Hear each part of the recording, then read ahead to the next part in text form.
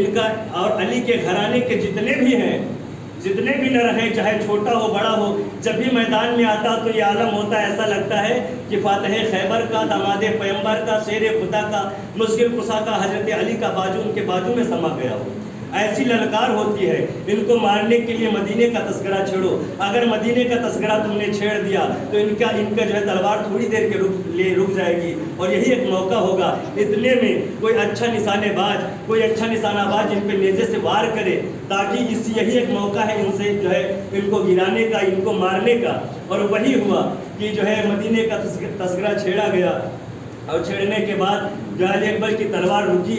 رکی، اتنے میں جو ہے ایک یزیدی نے ایک ایسا وار کیا کہ آپ کا جو ہے نیزہ آپ کے سینے میں لگا اور آر پار ہو گیا۔ میرے دوستو، حسین جو ہے حضرت علی اکبر اپنے گھوڑے کے جین سے نیچے آنے لگے، اور نیچے آتے آتے جو آپ کا گھوڑا جو سوار تھا، آپ جس گھوڑے پہ سوار تھے، گھوڑے نے اپنے دستے خود اپنے پیر کو پیچھے کیا اور کان کے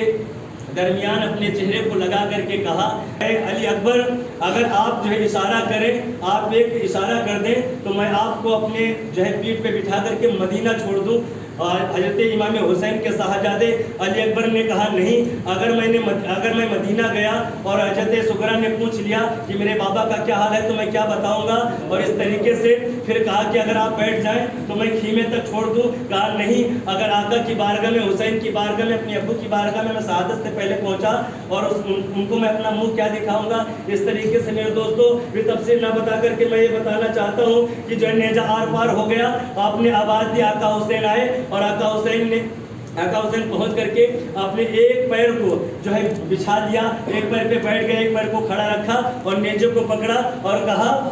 کہ اے ابو جان، اے آقا حسین، اس نیزے کو میرے سینے سے نکال لیں، یہ نیزہ مجھے بڑی تکلیف دے رہا ہے۔ آقا حسین فرماتے ہیں، اے میرے صاحبزادے علی اکبر، اگر اس نیزے کو میں نکالوں گا تو میں تکلیف کی شدت کی وجہ سے کہیں تمہاری آہ نکل گئی تو اگر آہ نکل گئی میدان محشر کے دن، اگر عیسائی پر بھی ارشاد فرما دیا کہ تیرے خاندان کے، تیرے صاحبزادے نے نیزے کے نکالتے وقت ایک آہ نکال دی تھی، میں کیا اس وقت رب کی بارگاہ میں منہ دکھاؤں گا۔ حضرت علی اکبر فرماتے ہیں، اے بابا جان، آپ تکلیف نہ کریں، ایک مینا کے میدان میں امتحان ہوا تھا، حضرت اسماعیل ذبیح اللہ کی گردن پہ چھری چلائی گئی تھی، امتحان سے صبر کا امتحان لیا گیا تھا، ویسا ہی صبر کا امتحان لیا جا رہا ہے۔ اے میرے ابو جان، آپ بالکل اس کی فکر نہ کریں، آپ اس نیزے کو باہر نکال دیں۔ آپ نے اپنے نیزے کو جو ہے مضبوطی سے پکڑا، فرماتے ہیں علی اکبر اپنے دانتوں تلے زبان دبا لو، کہیں ایسا نہ ہو علی اکبر تمہاری آنکھ نکل جائے، اپنی مٹھیوں کو دبا لو، اپنی مٹھیوں کو مضبوطی سے بند کر لو، اے علی اکبر کہیں ایسا نہ ہو کہ تمہاری آنکھ نکل جائے۔ اور اتنے میں آقا حسین نے